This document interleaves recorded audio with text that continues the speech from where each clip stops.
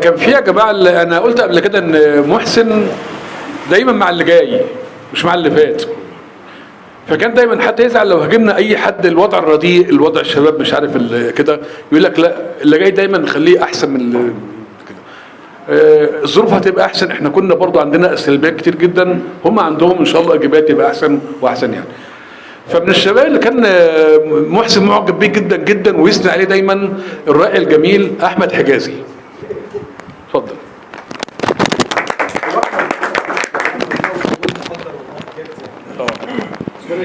يكفي الفراعد اللي كان بيقدمها ولسان يا استاذنا ولسان احمد بصراحه واحمد يجتهد مشروعه كبير. محمد العمار السنه دي كانت تنافس في الكره التي ممتازه جدا جدا في موضوع انه له تاثير كبير قوي على شباب كتير، هو اللي بيقوم بدور كبير جدا جدا ان شاء الله.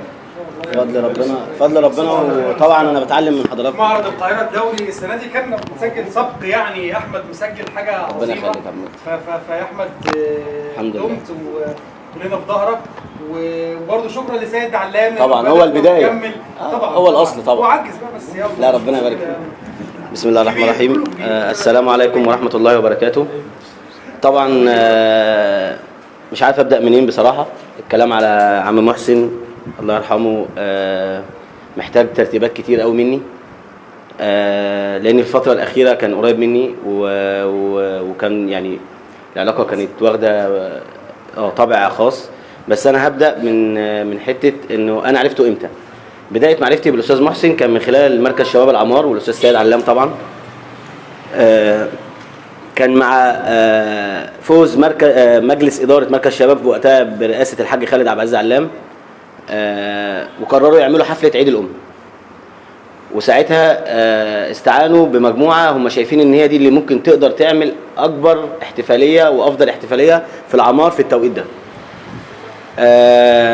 طبعا كان بقى الاستاذ محسن شوقي والاستاذ محمد احمد السيد، وكانت مجموعه كبيره جدا. انا مش خايف انسى حد، بس انا بحط الضوء على الحته اللي انا عايزها.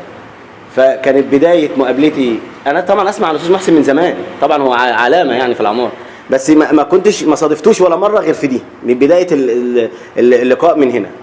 ف بسمع حد انا كنتش متخيل ان العمار فيها ناس جامده قوي كده يعني. انا عارف بلدنا دايما اسمع ان هي ولاده والعمار فيها مثقفين على مستوى عالي.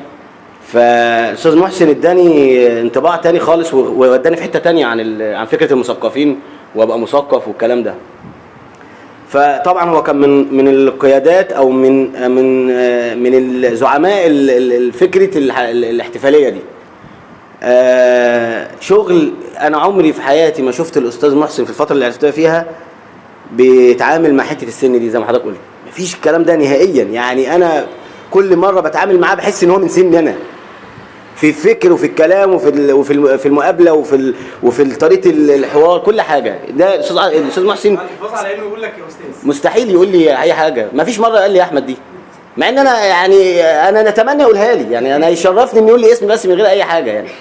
فمستحيل كان يقولها فعلا يعني. حضراتكم طبعا قلتوا الكلام اللي انا كنت ناوي اقوله، بس هو خلاص يعني سبقتوني.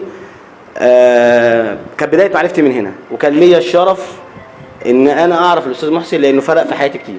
طبعا هو فرق في حياتنا كلنا، بس هو اداني دعم جامد جدا في ان انا اكمل. انا كنت بيجي عليا اوقات كنت اعمل ستوب كده واقول العمار زي اي حد كان بيقول كده، كان بييأس يقول انا مش هعمل حاجه في البلد دي تاني، محدش يستاهل الكلام ده كله.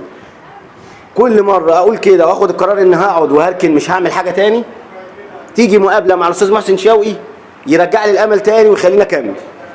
ممكن ما يكونش بيقول لي حاجه بس مش عارف بشوفه بحس اني لازم اكمل، ما ينفعش اقف. طب ما هو الاستاذ محسن مكمل اهو، فانا اقف ازاي وانا لسه في عز شبابي؟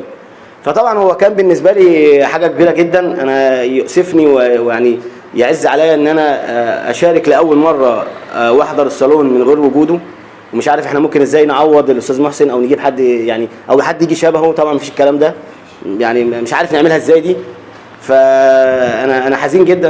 انا من بعد وفاه والدتي الله يرحمها طبعا انا خدت الصدمه بتاعت والدتي، ومن بعدها ما بقاش اعرف ازعل على حد يعني. وفاه الاب او الام هي دي اللي بتدي الصدمه اللي بتخليني اخد المناعه بتاع ان انا احزن او يجي لي خبر فيعمل لي خلل في دماغي. خبر الاستاذ محسن هو اول شخصيه بعد وفاه امي الله يرحمها احزن عليه ويديني صاعق كده في قلبي، اللي هو انا لسه عندي احساس بالزعل من بعد وفاه امي. فربنا يرحمهم.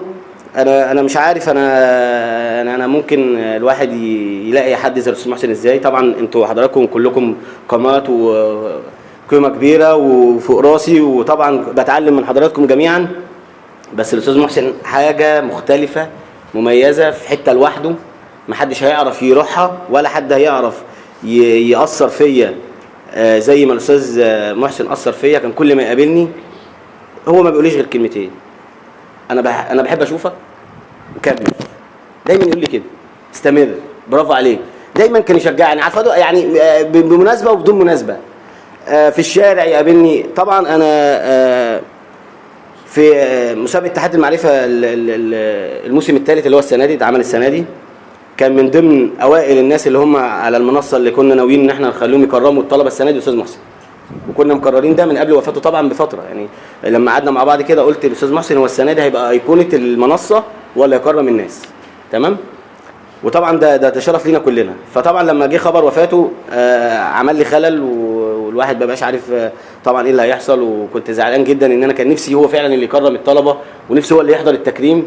الموضوع ده كان هيفرق معاه كتير جدا، بس يعني قدر ربنا، والحمد لله احنا راضيين طبعا بقضاء ربنا في كل الاحوال.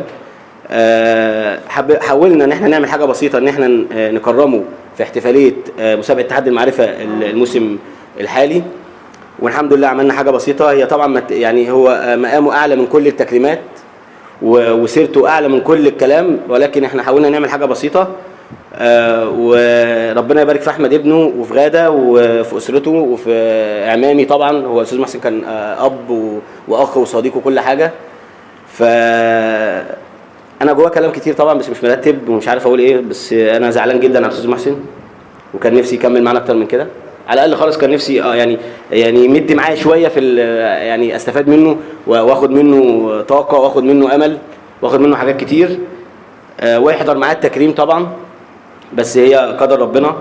بشكر الاستاذ عاطف. طبعا صالون العمار الثقافي بالنسبه لي هو بيتي، ومن خلال صالون العمار الثقافي انا بقيت متواجد هنا واستفدت كتير جدا.